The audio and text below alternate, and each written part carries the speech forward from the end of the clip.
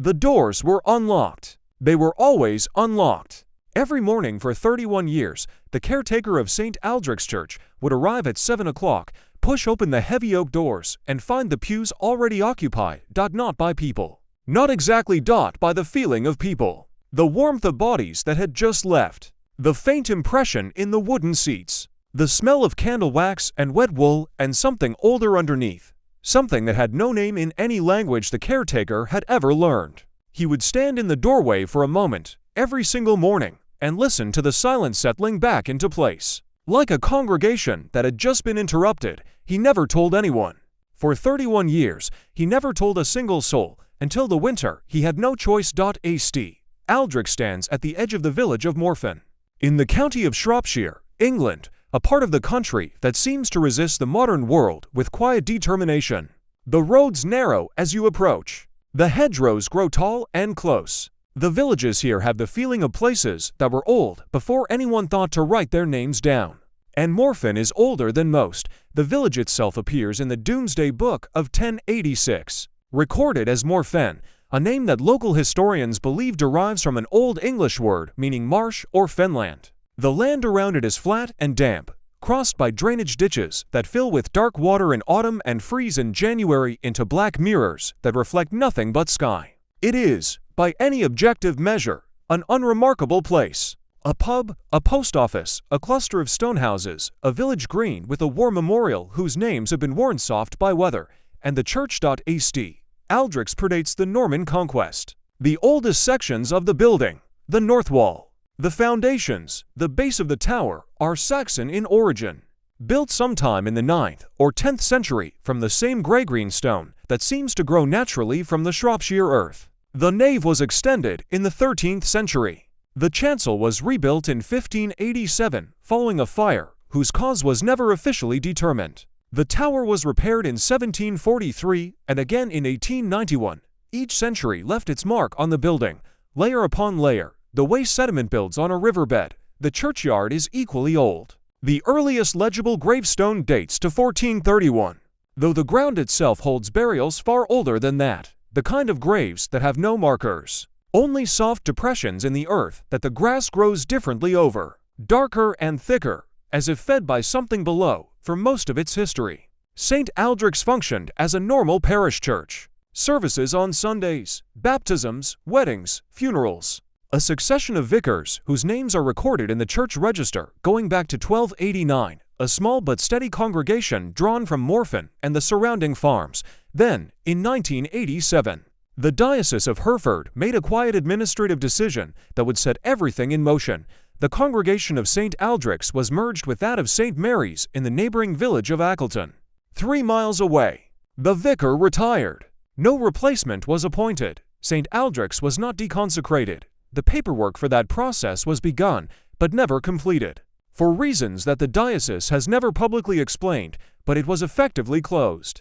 The doors were to be locked except for the twice-yearly heritage open days and the occasional private booking for a wedding or funeral. The keys were given to a man named Gerald Foss. Gerald was 53 years old in 1987, a retired schoolteacher who had lived in Morfen his entire life. He had attended St. Aldric's as a boy, been married there, buried his parents there. He accepted the role of caretaker with quiet dignity, as a man accepts responsibility for something he loves. He would maintain the building, keep the records, report any concerns to the diocese. He would hold the keys. What Gerald Foss experienced in the 31 years that followed, what he documented, what he kept silent about, and what he finally revealed in the winter of 2018 is the reason St. Aldric's Church is no longer open to visitors. Not even on heritage days. Not for weddings. Not for anything. The doors are still unlocked, but no one goes in anymore. Not willingly. Gerald Foss kept a journal.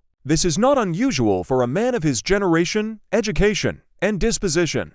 What is unusual is what the journal contains. The first entry that concerns us is dated March 14, 1988. Almost exactly 1 year after Gerald took over as caretaker. He arrived at the church at his usual time, just after 7 in the morning, to find that several of the candles in the nave had been burned down to nothing.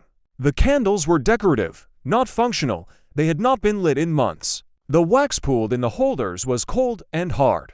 Whatever had burned them had done so some time ago.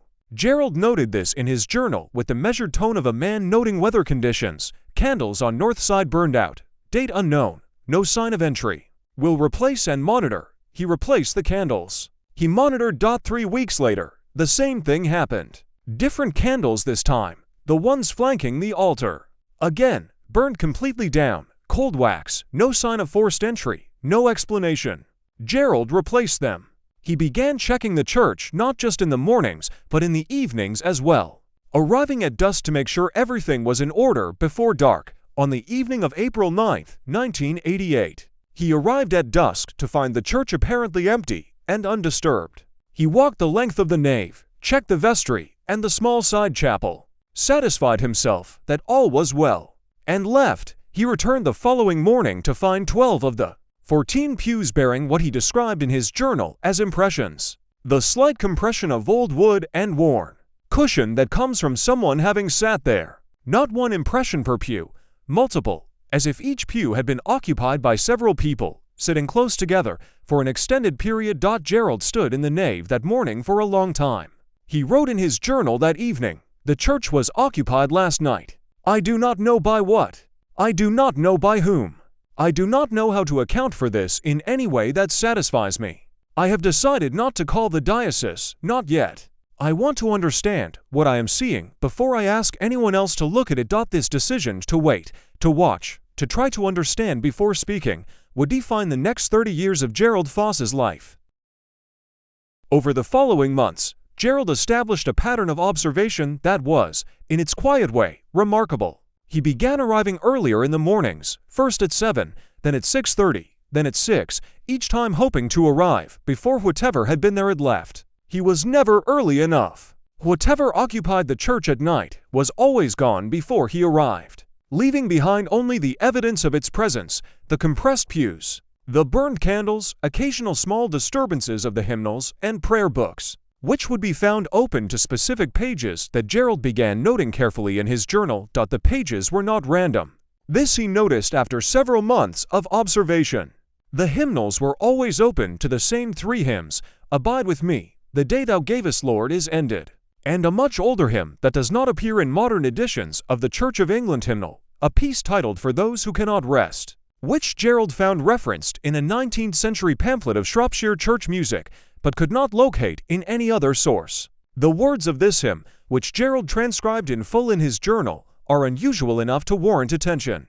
The verses describe, in the formal language of Victorian hymnody, a congregation of souls who have died but who continue to gather, who cannot leave the place of their worship, who are held there not by torment, but by something closer to habit or love. Gerald, a practical man and a lapsed but not entirely faithless Anglican, sat with this information for some time. He did not panic. He did not call the diocese or the police or anyone else. He went home, made himself a cup of tea, and read the hymn again.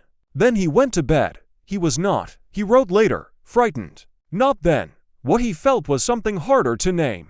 A kind of solemn weight. The understanding that he had been given responsibility for something far larger than a building. In December 1988, Gerald made a decision. He would attend on the evening of December 23rd, the Sunday before Christmas, a date that would have meant something to any congregation gathered for Advent.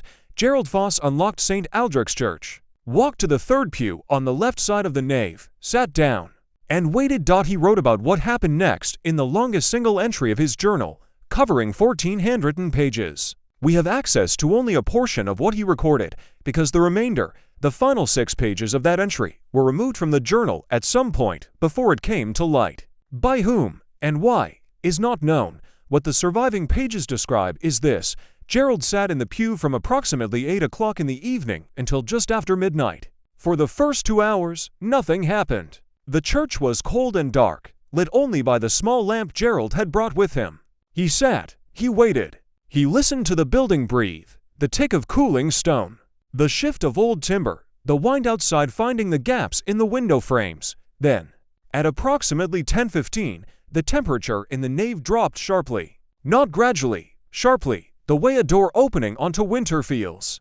Gerald wrote that his breath became visible. He wrote that the darkness in the nave seemed to thicken, not in a threatening way, but in the way a room thickens when it fills with people, with the warmth and weight of presence, except that there was no warmth. Only the presence. He could not see anything. This he was emphatic about. He saw nothing.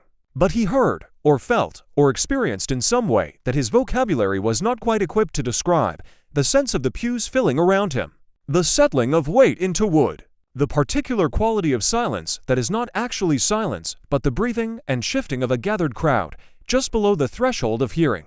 He sat among them for 2 hours. He did not speak. He did not pray, exactly, though he thought of it as something like prayer. He simply sat and allowed himself to be present in the presence of whatever was present with him. At midnight, it ended.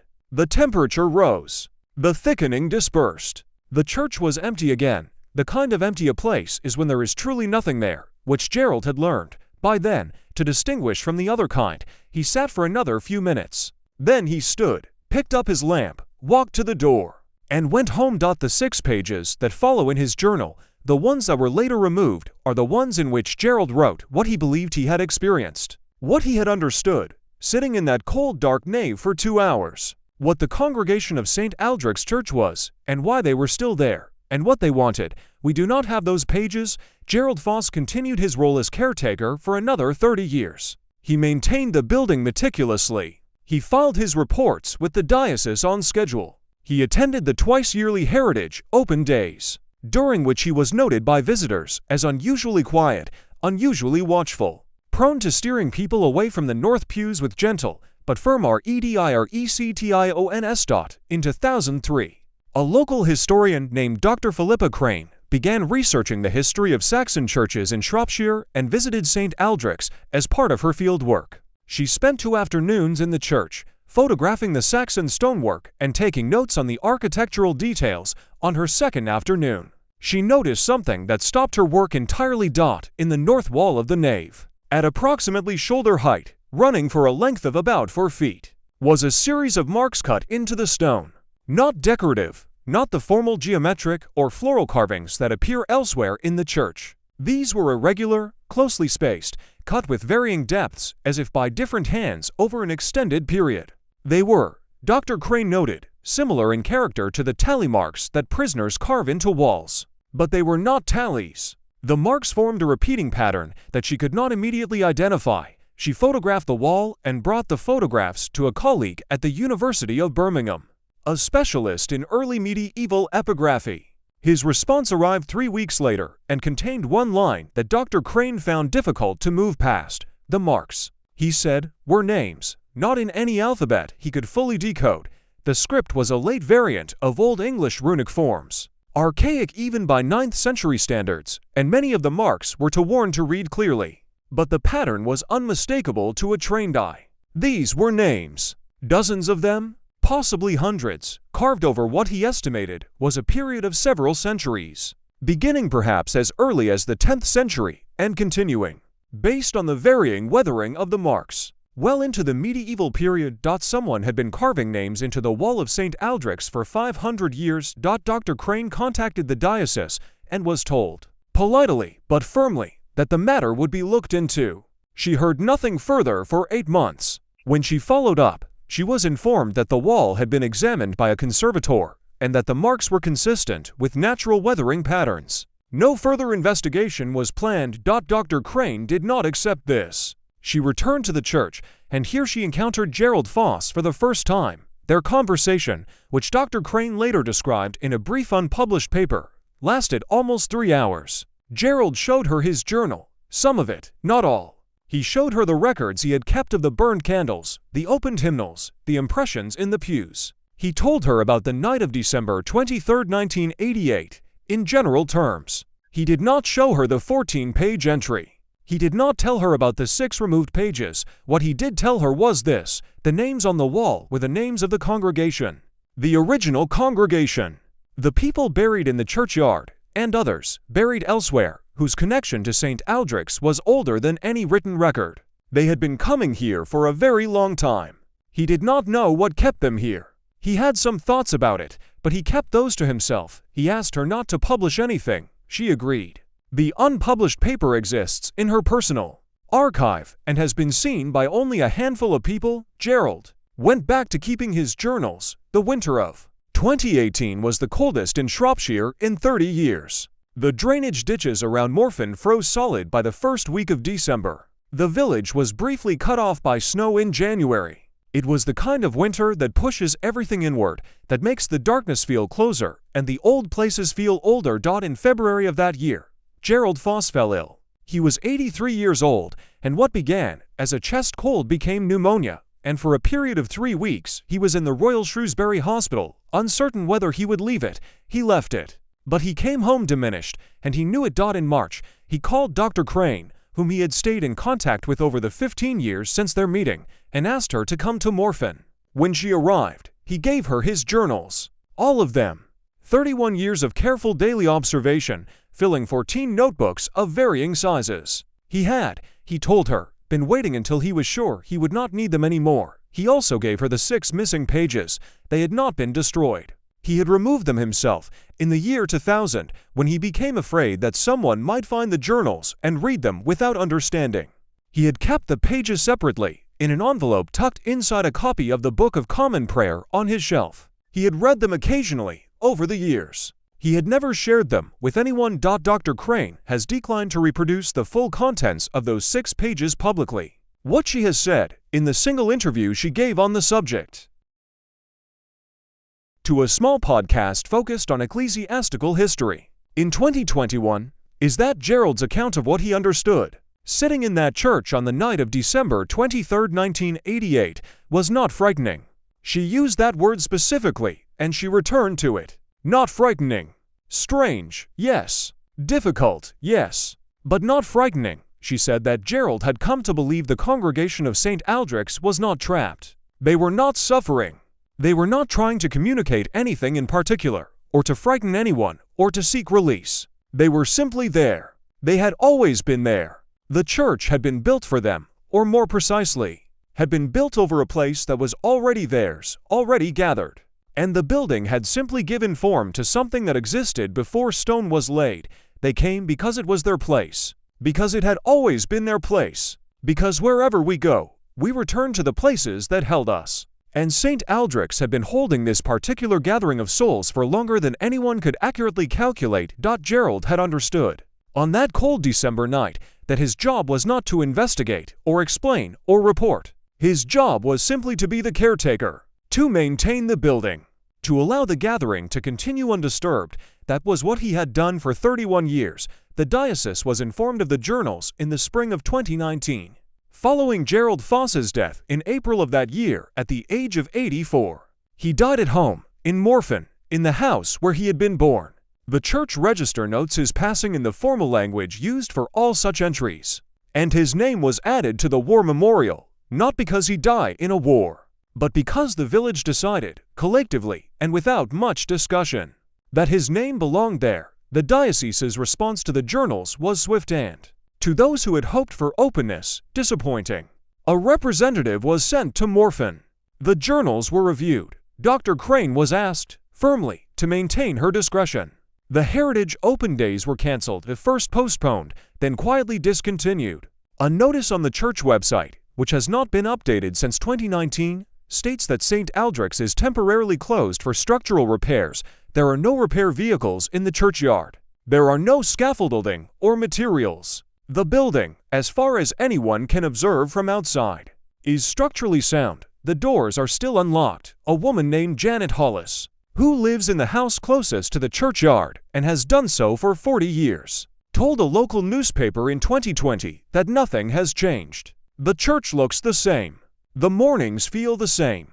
She has never entered St. Aldric's and has no intention of doing so, but she has always found it comforting, she said, knowing it was there, knowing something continued inside it, quietly, in the dark. She was asked whether she found it frightening, having whatever it was so close to her home. She thought about this for a moment. No, she said. Not frightening.